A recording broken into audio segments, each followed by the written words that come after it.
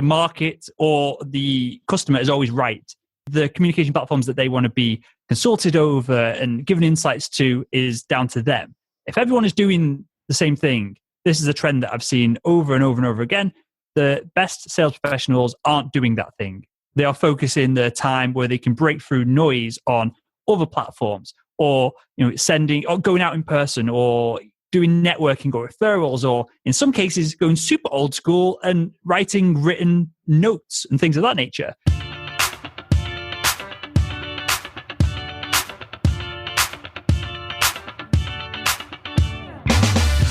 Hey y'all, welcome to Selling with Social, the podcast that helps marketers increase marketing qualified leads, sales reps to shatter sales results, and sales leaders to grow as leaders. Each show, we interview sales, marketing, and social media practitioners, leaders, and influencers to help you connect, close more deals, build stronger relationships with clients, and improve your sales productivity. I'm Mario Martinez Jr.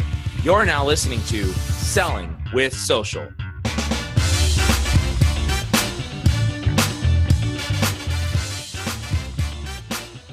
Will Barron, I am so excited to have you on Selling with Social. Thank you so much for joining me, my friend. As I think about having you, I'm super jazzed. Number one, because you've actually had a chance to interview tons and tons and tons of people that how about this? One day I want to be like Will Barron. Wow.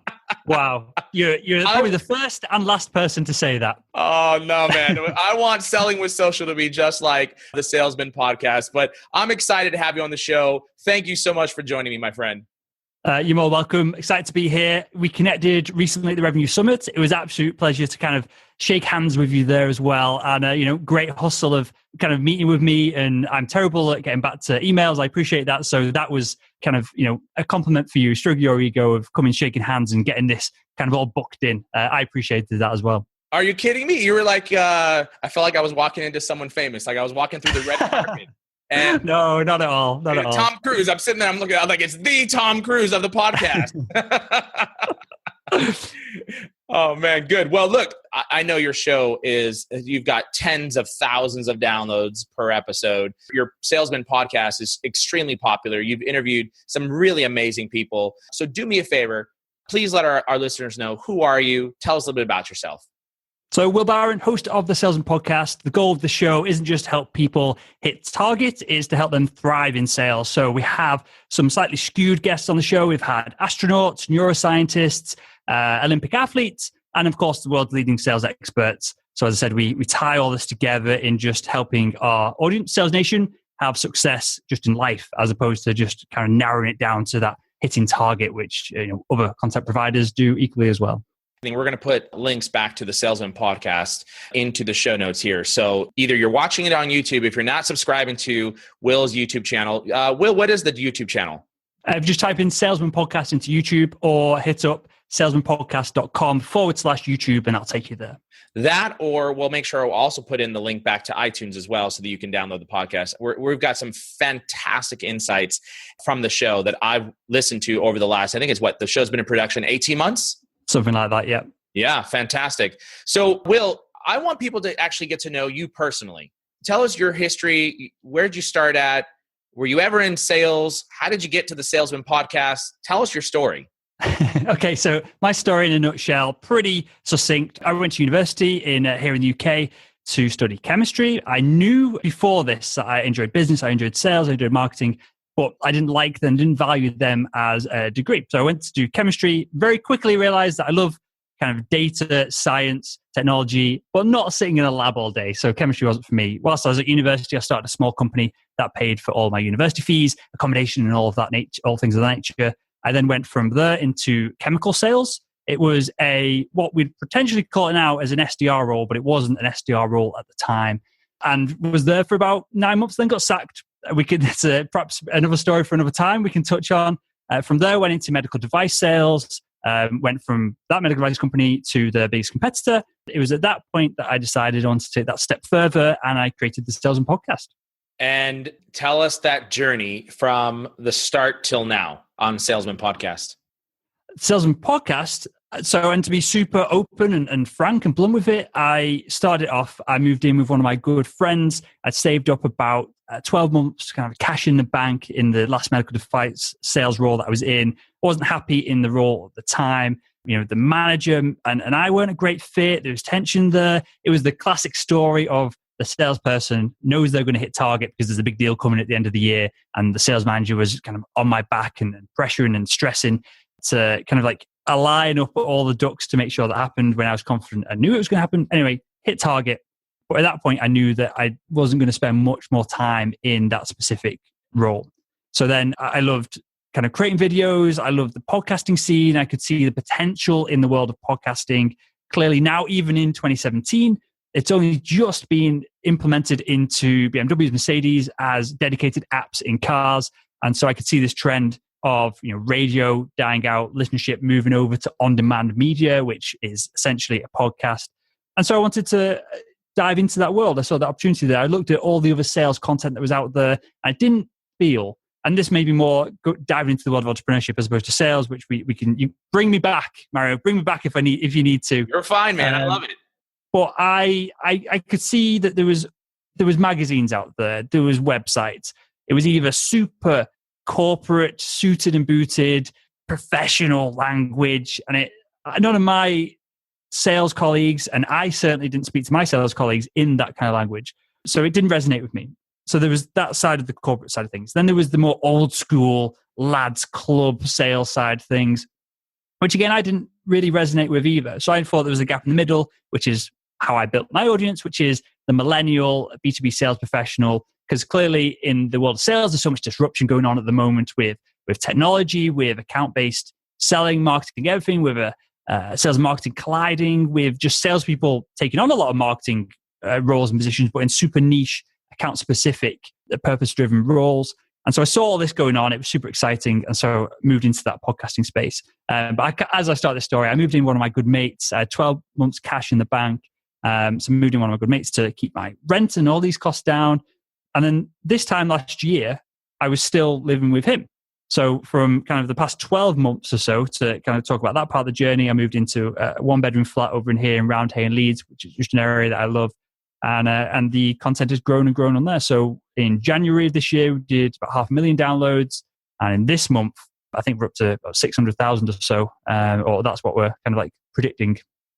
Wow. Fantastic. You know what I love about your story is you recognize what you didn't like and you decided to make change. And the change was based upon the fact that I said, hey, there's this thing called podcasting out there that is really ramping up. And you wanted to get in on the front side of it. And now you've built what I would say is, as I said earlier, man, I want to be like Will Barron. I want my podcast to be able to be as successful as yours. And now you built up an amazing, impressive podcast. And I hope it's okay for me to say this, but there are companies now that are flying you all over the world and sponsoring you to actually record and handle portions of podcasting at different types of events. Is that, well, I said it. Yeah, HubSpot I've partnered with for all the live content. So this is taking up, so every 6 months I try, and this sounds so cliche, but I try and evolve what we're doing. So it was going from horrible audio content to really high quality audio content, all this mic and all the studio gear. This is literally broadcast radio setup that we've got now. Then it was developing the video side of things and getting that up to scratch. And then I thought the next step for all of this is to come to San Francisco, shake hands with yourself and all the other experts out there. And that was to do the live stuff. So HubSpot partnered with us for all the live content for the foreseeable future. There's a whole bunch more events that we're going to do throughout the year. And again, this, it's far easier to have a really candid, deep conversation with someone when you sat opposite them. It's the same with sales. Video conferencing will never, or virtual reality is very unlikely to change the kind of subtlety of being in front of someone in the sales process. It's the same when you're interviewing someone. You can be a bit more cheeky. You can go back and forth a little bit better. You can see the emotions of the person that you're sat with, and you can either pull on them or negate them better. So the goal with all of this is that, as I said, keep evolving. And for the past, none of the live stuff existed 6 weeks ago. I reached out to a bunch of events. They all said yes, which was surprising. HubSpot said, yes, we'd love to partner with you on this. And then even the final step at the Revenue Summit, which we both just attended in San Francisco, I emailed a bunch of the speakers, and I was still, whether it's naivety or being overly humble, whatever it is, I was still expecting only to fill half of the recording spaces that was available, that I made available over the couple of days. And we filled all of them within about 4 hours. So there's obviously the demand from the speaker side at these events to get that more attention and to kind of have the message spread. And it makes sort of sense for them as well. If they're going to do a keynote or a panel, if they can do that and then be on a podcast and get the reach that they're going to get from the video and the audio, they're doubling down on their time, aren't they? So lessons learned here as we think about your personal journey from salesman to the Salesman Podcast expert to the guy who gets to have all the fun in the world and be paid for it by interviewing some of the world's experts. Here's what I get out of your story, which is I think is really something that the young millennials, those that are coming into sales for the first time, or those that have been in sales for a short period of time, the last 5-10 years, or those, quite frankly, actually people like myself who've been in sales for almost 20 years, right? Is know what you want, know what doesn't work for you, and then put a plan in place to go get what you want. And if you think about what you did in terms of the actual, you moved in, I love what you used the term mate. So your friend, you moved in with your mate. Definitely not the other kind of like mate, definitely not the, what you would call in nature a mate for sure. Okay, not your nature mate. I got it. But your friend, you moved in with your friend, saved up some money, then you upgraded to the 1-bedroom. Now you upgraded to this new flat where you've got a recording studio inside of your flat that you've got there. And you really understood the direction that you wanted to go. You set a direction, you set a course, you put a plan in place, and you went after it. And so let me just jump in here a second, because this is something that I seem to be continuously mentioning at the moment. And that is, I was earning great money in medical devices, and to do everything that I've just talked about, which if you would have told me a similar story 2 years ago, I'd have gone, wow, that's fantastic. I would have even have said, that guy or girl, had the right breaks to make that happen, perhaps. Where reality, we both know that's not the case. You make your own luck. But I was willing to take a step backwards to be able to take those 2 or 3 steps forward. Just as you were saying that, then I don't want to paint this picture that everything's all beautiful and rosy and I've done well because I'm well connected or anything like that. It's purely because I was willing to suck it up for 12 months to then have this explosive growth in the past 6 months or so. No, that's something I think that anybody who's listening to the podcast needs to understand, that things sometimes don't come easy for a lot of folks, including myself, my personal story as well, right? Same with you, but you had a vision, you had a plan, and you began executing on it. And by the way, correct me if I'm wrong, your plan has kind of morphed as opportunities have come up over the course of time, and you've capitalized on that, correct? For sure. So to get really practical with this, I started salesman.red as a domain. I tried to buy salesman.com, and the guy who was selling it was just going crazy with dollar amounts for it. Clearly, it wasn't in my bank account at the time. It would have been eating beans on toast for 6 months to be able to afford it. So I very, very quickly switched to salesman.red. And when we first launched, there was an online magazine. There was a load of video content. There was written blog content. There was the podcast, probably other things I'm forgetting. And I wanted to be just a social hub for sales professionals. As you kind of alluded to then, very quickly I realized that nobody cares about any of that. The only thing that anyone cared about was the podcast. So it was trial and error as opposed to me being super smart and knowing my audience and sussing it out beforehand. And obviously there was a lot of work that went into the magazine in particular that went for 10 episodes or so. I think it was once every 2 weeks it was being published. And this is all myself. There's no team behind any of this. So the podcast was the only thing that people cared about. Makes total sense. Sales professionals are busy, but they can tune in to some kind of programmatic content that they choose on demand. They can listen to it on the car, on the way into the office, or on the way to see a client or a potential customer. And so that was how they told me through the numbers that they wanted to consume it. So as I said, there's no marketing genius here. It was just try loads of stuff. This one is the thing that worked. So I doubled down on that. Well, and I think that's pretty much how sales is, right? I mean, I think there's a science and there's an art to selling. And some of the science are things that you do and you know how to do them, you strategically plan. But the art is that you have to practice. And what one customer buys in on in terms of how you engage, how you interact, what plan you put in place may not be the same plan that the other customer buys off of, right?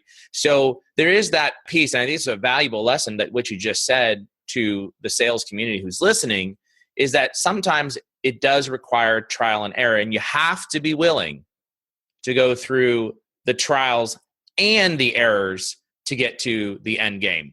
What would you say to that? Yes? No? 100%. I think in business, what I'm describing of this more of an entrepreneurship role as opposed to sales professional, you've got to listen to the market. The market told me that everything, 9 out of the 10 things I was doing was complete nonsense. So you have to listen to that and you have to adjust. As a sales professional, you've got the same thing, but your market is individuals. So you have to communicate on the platforms, in the style, at the cadence that the person that you're dealing with wants you to communicate on and with and at. For example, with me, medical device sales, I'm not communicating with surgeons over Twitter. They do not have time to faff around on Twitter, clearly, throughout the day as they're doing different procedures, seeing patients and all this. But I can very easily get them on the phone because there's the know, like, and trust angle. There's the cliche sales stuff that comes ahead of all this, that you have to build those relationships.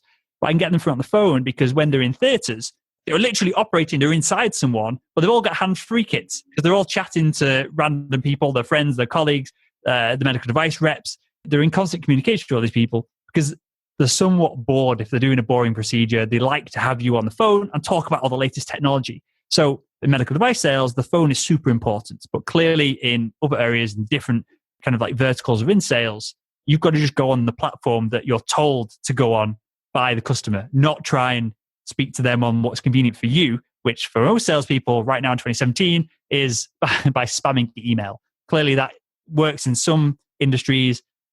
It's been trying to pushed into, and I see this with guests that I have on my show, it seems like the in vogue thing at the moment to have that SDR role that is spamming out emails, but it only works for certain verticals. And it seems like everyone is going through this learning curve of working. I've seen that it isn't relevant for a lot of people. I think in 3 or 4 years' time, email is going to become less relevant as we work this out. Yeah. So you brought up the phrase market trends and that you have to adapt, and you started listing a couple of items. And actually, that's one of the reasons why I wanted to have you here on the podcast, is because you have interviewed, well, how many people have you interviewed? I'm not sure what episode has been published when this goes out, but I've interviewed about 350 people so far. Okay. 350 senior level marketing, sales leaders, along with the Olympians, athletes, astronauts.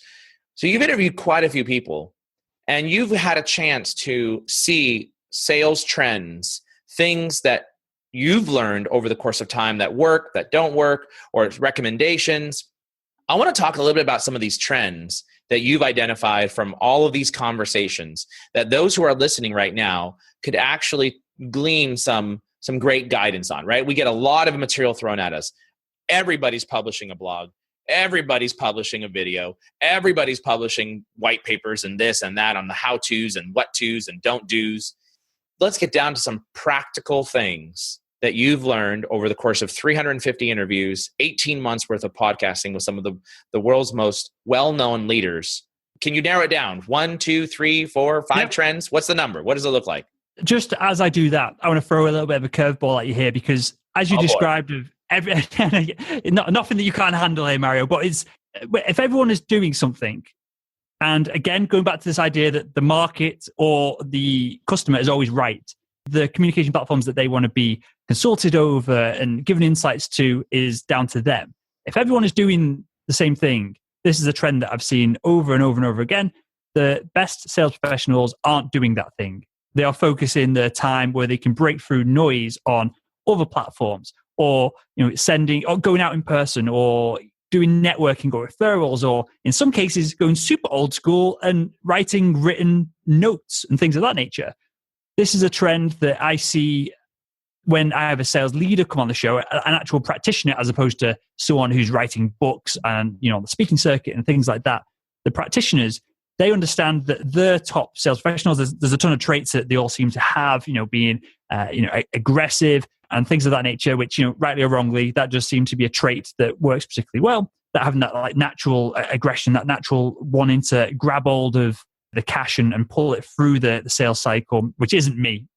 Maybe that's why I've always been kind of middle of the pack in the world of sales, which we can touch on if you like. But the trend is that these individuals in that top 1 to 5%, they are doing things differently, and they are going against industry trends and against the industry standards. As I said, they're doing crazy things like writing a thank you letter after a meeting and posting it in an actual post box. Which is not something that people commonly do anymore. The easiest thing to do in terms of follow-up is actually send an email, right? Yeah. What do you do when you get an email? You go, oh, great, delete. Yeah. Or, oh, great, thank you, nice to meet you, kind of reply. When you get a written note, there's a whole different kind of process of neurochemicals and serotonin and dopamine and opening the physical thing and waiting to see who it's from. That all adds up. And I think that is really tangible. And I think as sales moves away, again, another trend here that I see throughout these shows, as sales moves away from this mass spamming, which it is at the moment through email, because that can be automated. Marketing will take a lot of that over the next couple of years. AI will take a lot of that over in the years beyond that. But as sales moves into actual moving forward of insights, actual communication, actual building relationships, things that we've talked about for years that very few people actually put into practice. It's all these little intangible things that pile on top that separate the sales art and the science and separate that top 5% who are outperforming the rest of the sales team. So for those of you that are listening in, I'd like to throw out a challenge and come back to the show notes here on m3junior.com. The challenge is the next prospect meeting that you have, send out a handwritten thank you note and put something of value inside there for the individual response, and UPS it, FedEx it, get it out to them so that actually priority mail, however way you want to do it, in country, whatever you're going to do, get it to them so it actually delivers to them, and it's not just an envelope, right? Let it be something that actually gets delivered to them that they have to sign for. And I want you to come back and put it in the show notes. What happened? Did the person actually respond to you, as opposed to an email where it was just okay, thanks for meeting. And by the way, I don't think you're saying, Will, in terms of trends you've seen, that email is dead. I mean, there's an appropriate place to be able to respond to somebody through email. Electronic communication makes it fast, easy, quick, right? Whereas the snail mail makes it a lot slower. But man, that's a fantastic personal touch that I think your point is to help someone stand out from the crowd, right? For sure. As we move further and further into this world of global commoditization of every product, I don't care what your product is. I don't care, being in the meeting we had in San Francisco, there's loads of tech companies there that are, we're doing this. There's only us that can do this and this. The end consumer, they only care about one of those things. And there's probably 3 or 4 companies doing something very similar. So clearly we know that we shouldn't be selling on features and benefits. That's kind of like sales 101. And then we move on to the other steps and the higher levels of sales. But when you do these little intangible things, when you do these little extras, it separates you and they remember you. So whether it's going to go to tender and you compete against 4 others, whether they just decide, well, Will, Mario, whoever did this extra little step and they're all similar pricing, so we'll go with him or her.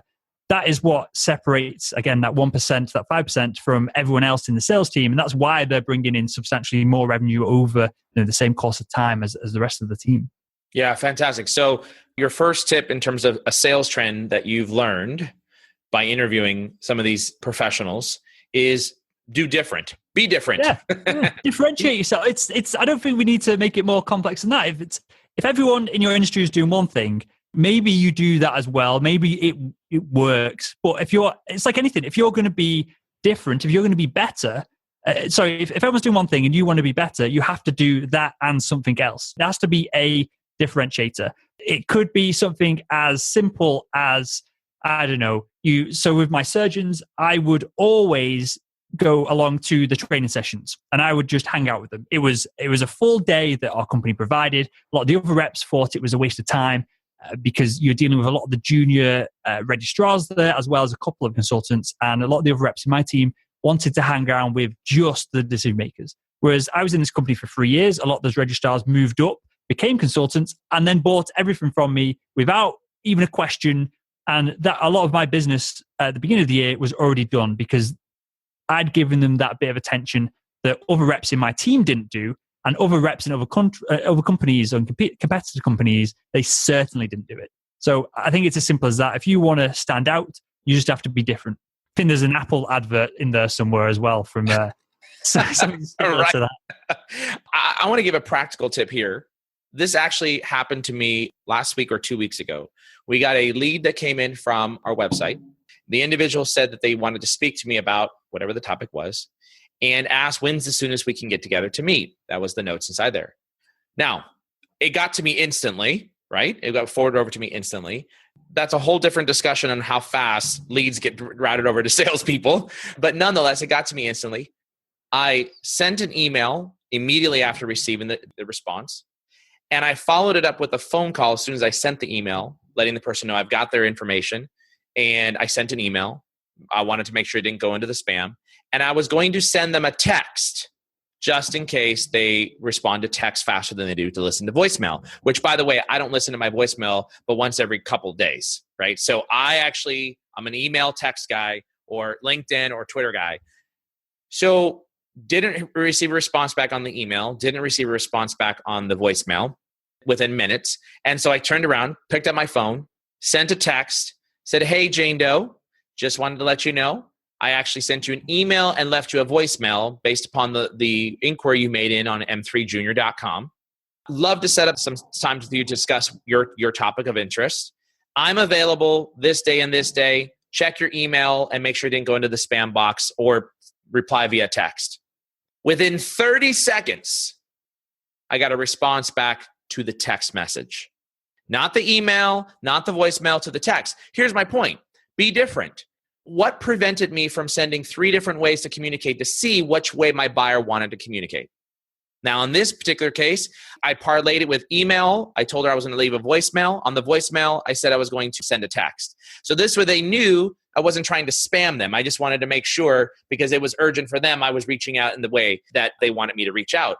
She responded back via text message. She said, "This is fantastic. I'll check your email." She responded back an hour later to email saying, "Hey, I'm so glad you sent the text because in email it went to my spam box."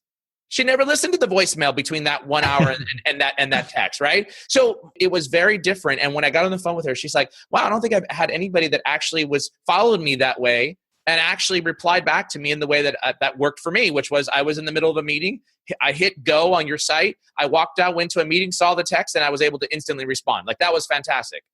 So I think those are some things too, as well, as we talk about being different and things that you've learned that are just more practical in nature for salespeople.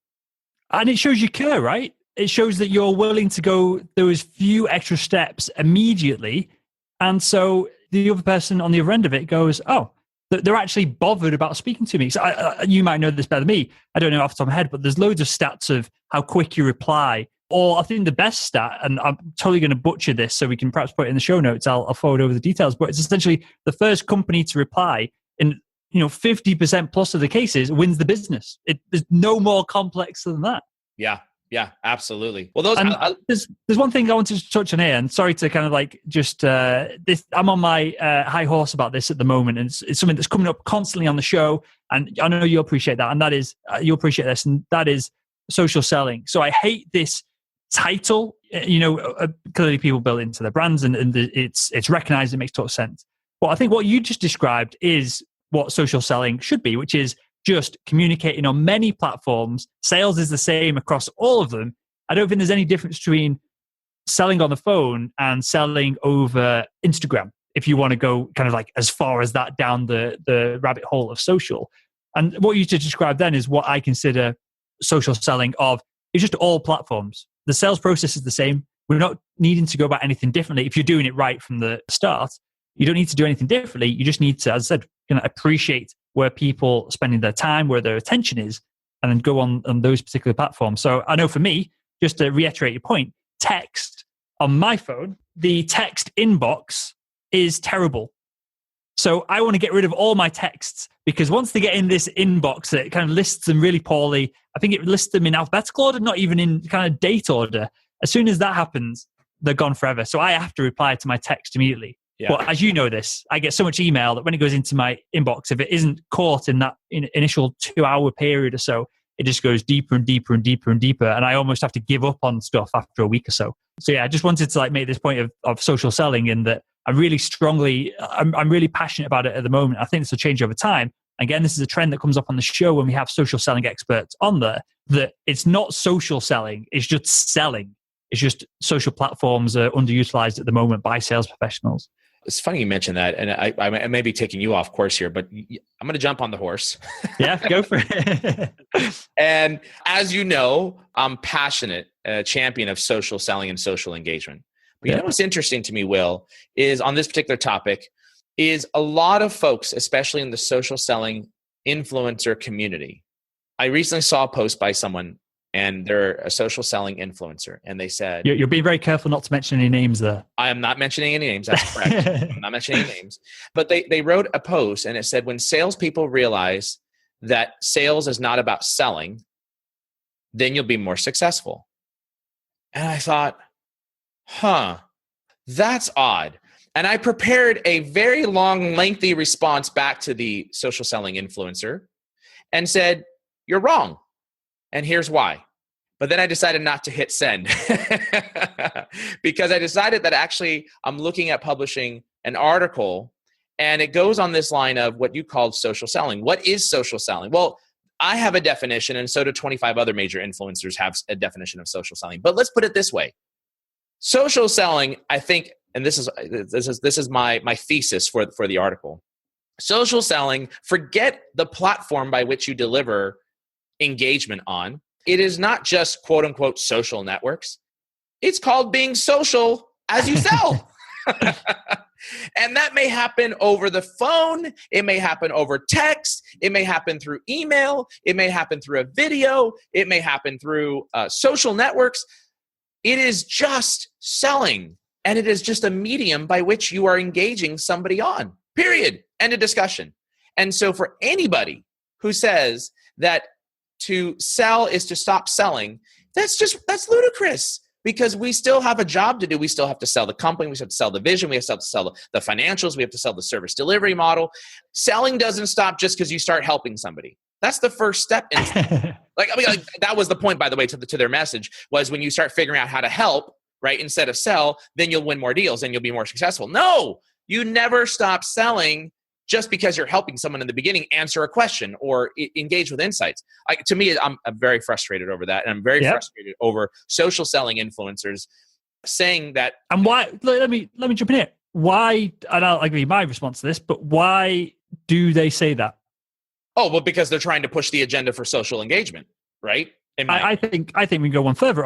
I think they are selling books, they're selling online courses, they're selling consulting and training on the back of, if you do social selling, it's easier, there's less awkward conversations, and you can just help people and it'll all just magically appear and happen, which clearly isn't the case. There's the balance, which is I very specifically worded kind of like my lead up to this of, if you're doing things the right way, you can just use all platforms. Yeah. If you're being manipulative, if you're being overly pushy, if you're doing deals and your customers come back with buyer's remorse a week later, clearly you're not doing things properly. But as I said, I don't think sales has changed. I think it's if you're doing things the right way, if you're helping people, which we all should have been, and now there's just an open audience to see you doing it rightly or wrongly and to comment on it and to kind of like hound you back as a sales professional for doing it the wrong way when you're communicating over social media, which is the beauty of it.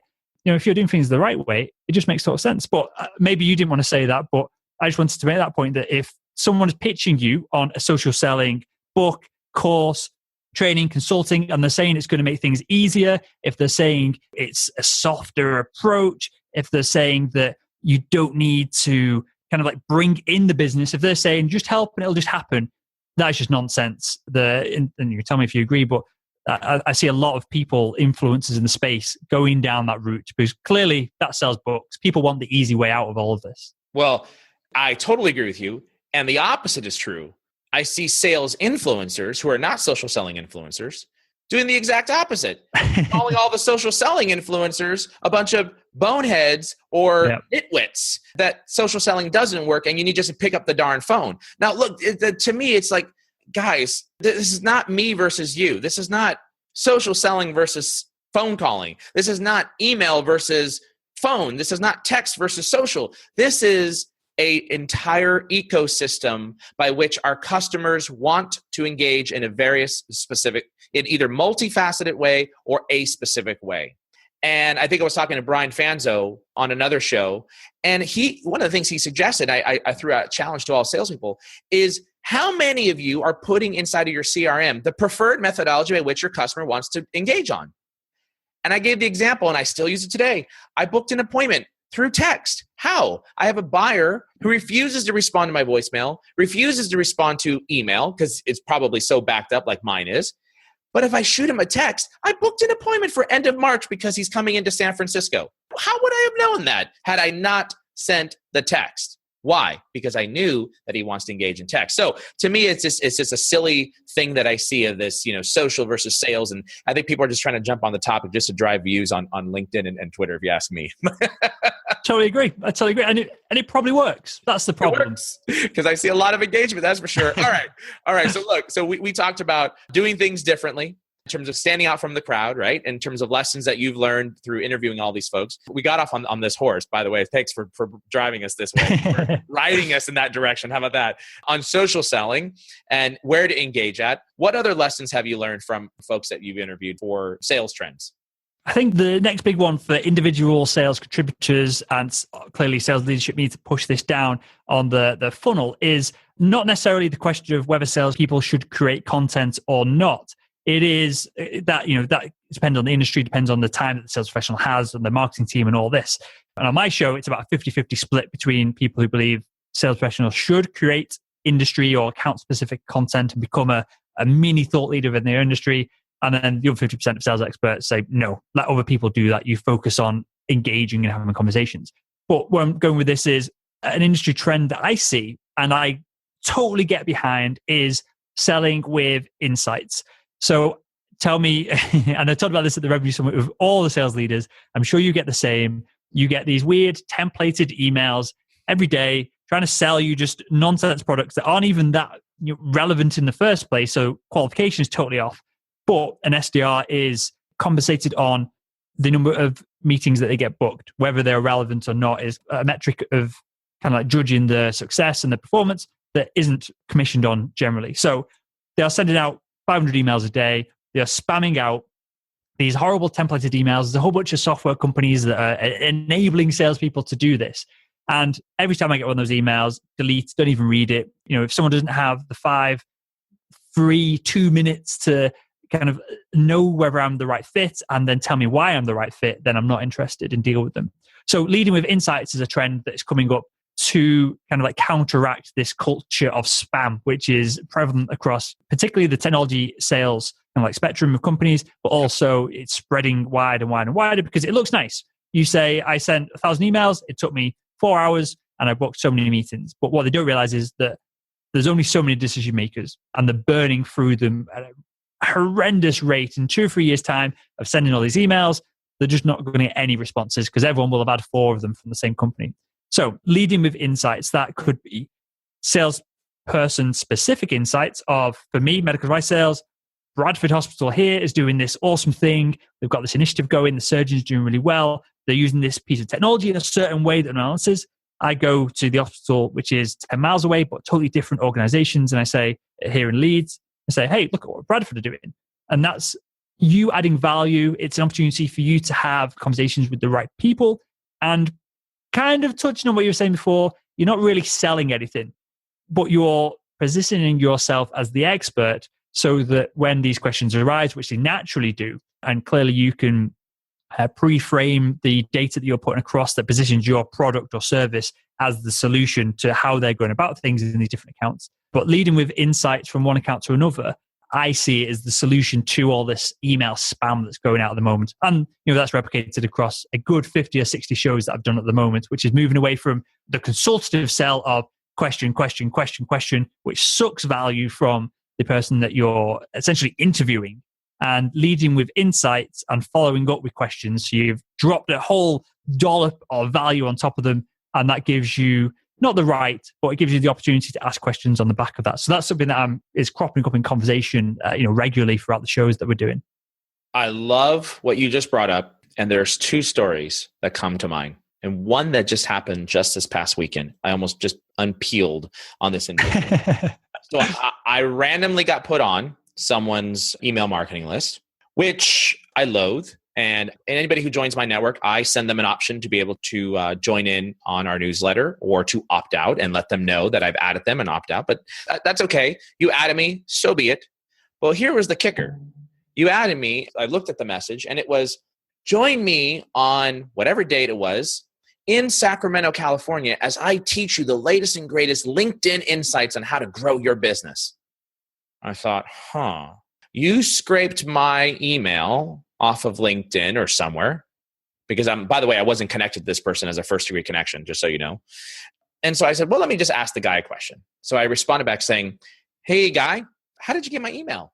And he wrote back, well, you must have subscribed to one of my webinars, or you must have met me at an event that I was speaking at, or were connected on social. Nonetheless, I think this LinkedIn opportunity to teach you and to showcase to you how you can actually use LinkedIn to drive sales is probably going to be a good fit for your business. And I thought, I got the response back and I got, this guy is really stupid. So stupid. Let me just say, and this is where it just kills me. So stupid that I sent you the email saying, hey, how did you get my email? You didn't even look to see that I looked at your LinkedIn profile to realize that we weren't even connected as a first degree connection. And by the way, I don't join anybody else's webinars. I do only webinars or events at like Revenue Summit. Right? And I'll watch your YouTube videos as you post them. I don't subscribe to anybody else's webinar. So you didn't get me that way, and I never saw you speak before. That having been said, when he replied, it was a perfect opportunity to correct the mistake and engage with some insights and say, oh man, I didn't realize that you're also a social selling expert, right? I could have some great discussions with you about the upcoming agenda. Don't ask me to join to teach me how to use LinkedIn. I just thought, God, that just made no sense. So I unsubscribed from the list. Anyways, I didn't say anything back. I just unsubscribed. But it's stuff like that when you're selling with insights, like there's a place for email marketing. There's a place to be able to send out templatized approaches. A place for a drip campaign. That there is. But with salespeople, but you've just defined exactly what I was. Far more eloquently with the anecdote, the point I was trying to make with my 5-minute rant before this, that is, there's only so many decision makers. So when you spam them, it works great for, and we're seeing this now with kind of behind the scenes conversations that I'm having with specific medical device companies that I'm kind of like working closer and closer with. And that is, you can only do it for 12, 18 months, 24 months before you've spammed everyone in your industry. Yeah. You're not going to take that guy seriously ever again, are you? No, never. He's done. Like he's burned himself. You are clear. That guy is clearly not a social selling expert. Yeah. And so, if he comes up in conversation, and clearly we like to think sales is the be all and end all, and clearly it's the kind of heart of every company, and we keep everyone else employed for sure. But it's only a smallish bubble, the world of sales. It's only a smallish bubble, the world of sales influencers, leaders, and social selling experts like yourself. So he's going to come up in conversation if he's taking this seriously, and it's not just a kind of like run and gun spam attempt just to grab a little bit of cash. If he's trying to do this over the medium to long term, he's going to come up in conversation in the future. If he's speaking at events, you're probably going to see him at events. And, you're going to communicate with your network and your audience. Even clearly you've not mentioned him, and I don't think gossiping and slagging people off directly is ever the answer to anything. But when you're having private conversations and he comes up, you're clearly going to tell people to steer clear, or you're going to just say the anecdote, which is you're not gossiping with that. You're literally just, this is the facts. Yeah. Mm-hmm. And I think this is what we're missing. I just wanted to emphasize this point of everyone who's listening to this, if as a sales leader or as an SDR or as even an account rep, account manager, however you're positioned, if you are spamming people, you're going to have what you just described happen in a year's time. I think the sales industry is going to be rocked really hard by this in the next couple of years when this all comes about, and this short-term thinking, especially from email, but also cold calling, also, marketing tactics of, mass texting. And it all comes down to context. If you've not got context on why you're communicating with the individual, why you communicate with them. Yeah, absolutely. Yeah. I mean, in some cases, you may not have background or information or context about the individual, right? And you've got to go. But why? Let me just challenge on that. Why not? There's not many people that have any kind of money to spend who don't have some kind of footprint on the internet.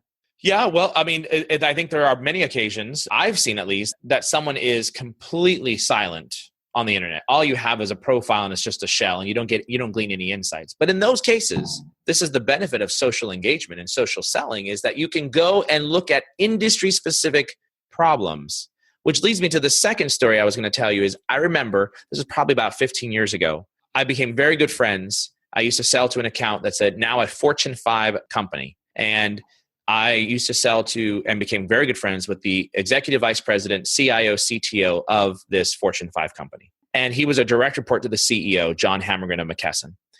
And I remember one of my first personal meetings with him, not business, personal meetings. I said, how do people sell to executives like yourself? At that time, it was a Fortune 16 company. And he said, look, when people come into my office, I'll give them 20 minutes. And if you sit down and start asking me questions about my business, what's working, what's not working, what keeps me up at night, you're instantly out. You're gone. Why? The reason for that is we've got a 5,000 person IT organization. Are you telling me that you couldn't go get those insights from somebody in my organization before you walked into my office? And he said, what I want you to do when you come into my office as a senior level executive, the CIO, is I want you to tell me, what is my competition doing? And how can you make me better than my competition? That's what I want to know. And I thought, that's pretty insightful. That's that whole going on back on that whole concept of selling with insights, right? And you use that as a great example with the medical device industry, that, company A is doing this, and you go and use that to go get into company B and tell them, hey, did you realize that company B is doing this? We can help you with whatever it might be. And I think salespeople just need to start thinking more insightfully, if that's the right word. How about insightful? I don't know. I just made up a word. But to be more insightful in their engagement and take the advice that this CIO gave me early on in my career about how to engage with a senior level executive. What are your thoughts on that? I think it comes back down to this concept of whether you're a sales professional or whether you have fallen into sales and you're just doing it for the next few years. And then what happens is clearly people get addicted to the flow of it, the adrenaline of it, the potential cash opportunities. Even if they're not reaching it, it's a carrot dangled in front of them. Then they do it for 10 years and they turn into a professional, but they've not programmed out the career path. But when you're a sales professional, again, we talk about this on the show regularly because I do a lot of episodes about personal branding and things of that nature. If you can choose an industry, so for me, it was medical devices. So my mum was a pharmacy technician, my girlfriend is a doctor, my brother's a pharmacist.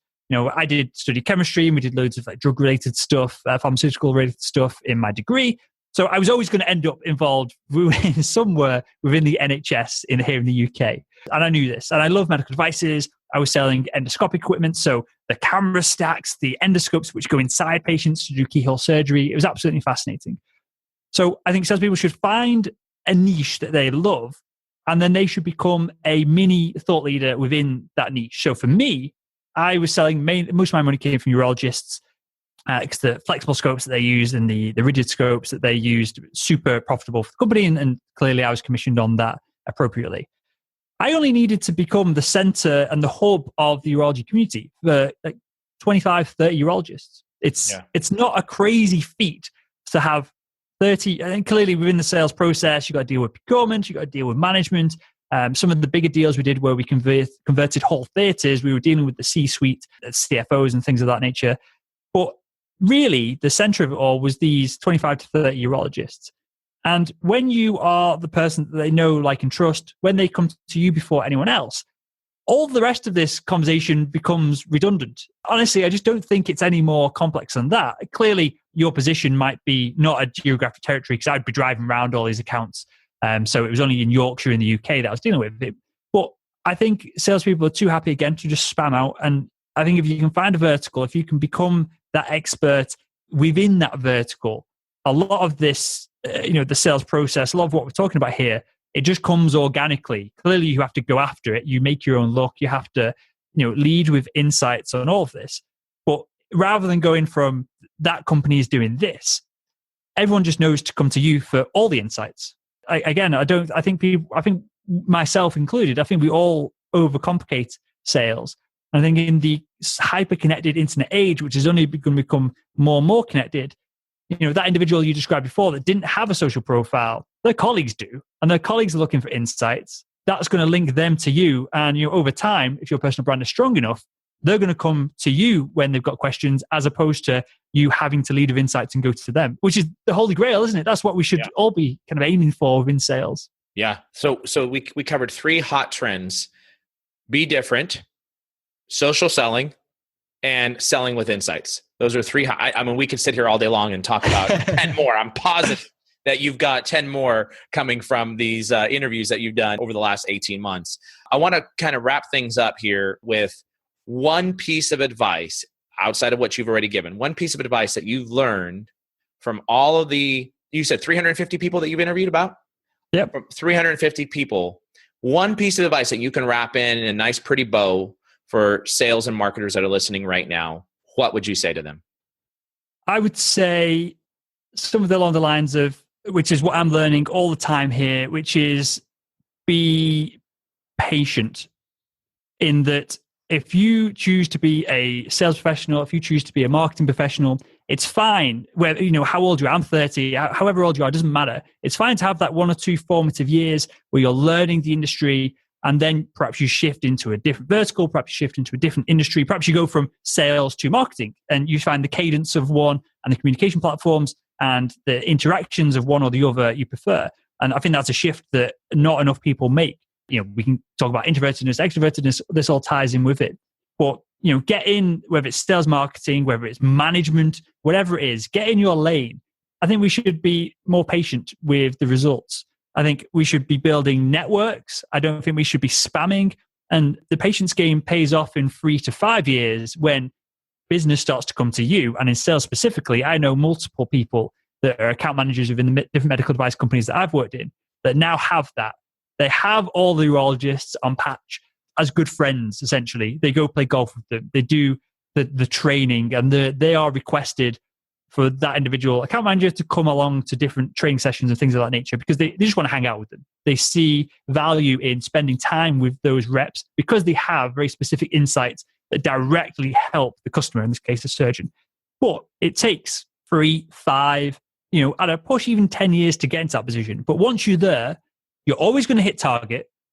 Sales becomes easy because people are coming to you, and you've got that know, like, and trust in the background going on, which spreads within customers giving each other referrals to come to you. You don't have to necessarily be chasing referrals and being aggressive with it all. It leads to a role which is a really nice role to have. As I said, I know sales professionals here in the medical device world. They're doing 150, 200,000 pounds a year. They've got a company car, they've got a nice house, and they don't work Fridays. But it takes that hustle to get to that position.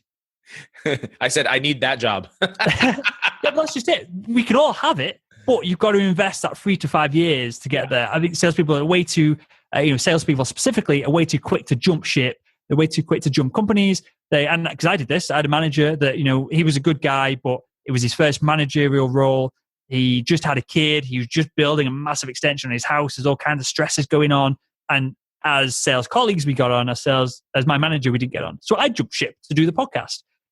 Perhaps I could have been doing that role. I've talked about this before on my show. I could be doing the medical device podcast internally within that company now if they would have been a bit more open to social media and things of this nature. And I probably would have been really happy and carved out my own little role there. But I wasn't patient enough. So as I said, I'm learning this as I go along. I know with my progress with the podcast, it's just continuous commitment. It's continuous output of content or insights, whatever value you can give to your audience. And, it's that 2, 3, 5 year kind of like process that you get the results, you get the comeuppance, but it's only when you put in that amount of work. I love it. Great piece of advice. Last question I have for you, and that is, I always close out with a personal question to all of our guests. And I like this one because I like hearing the different results of this question. Your favorite movie of all time? So you've clearly not prepped me on this, and I think about this a lot. This is one of those questions that I think is really formative and explains a lot about an individual. So I'm going to hit you with 2. One is The Matrix. It fascinates me that we could literally be living in the Matrix right now. So Joe Rogan has a huge podcast, and he has this, you wouldn't call it an anecdote, but he has this philosophy that he lives by, that you should do and act as if you're the hero in your own movie. So So the Matrix fascinates me because if we are living in some kind of computer simulation, and we can talk about this off air, it's an absolutely fascinating subject because it could physically be true. And I don't want to go all woo-woo and scare the audience here. But if we are living in that, then why aren't we living our dreams? Why are we living in jobs that we don't like? Why are we hanging around with people that we don't want to spend time with? Because social conditioning tells us that we should stick with those kind of things and that we should do that job. And it's fine to do a job that we don't like. If we are living in, I don't think we are, but clearly if we are living in some kind of simulation, or if it's not as simple as what it is, or if you're religious and I'm not religious, but if you believe in a God, if you believe that you've been put here on this earth to do something, then go and do it. So that's one.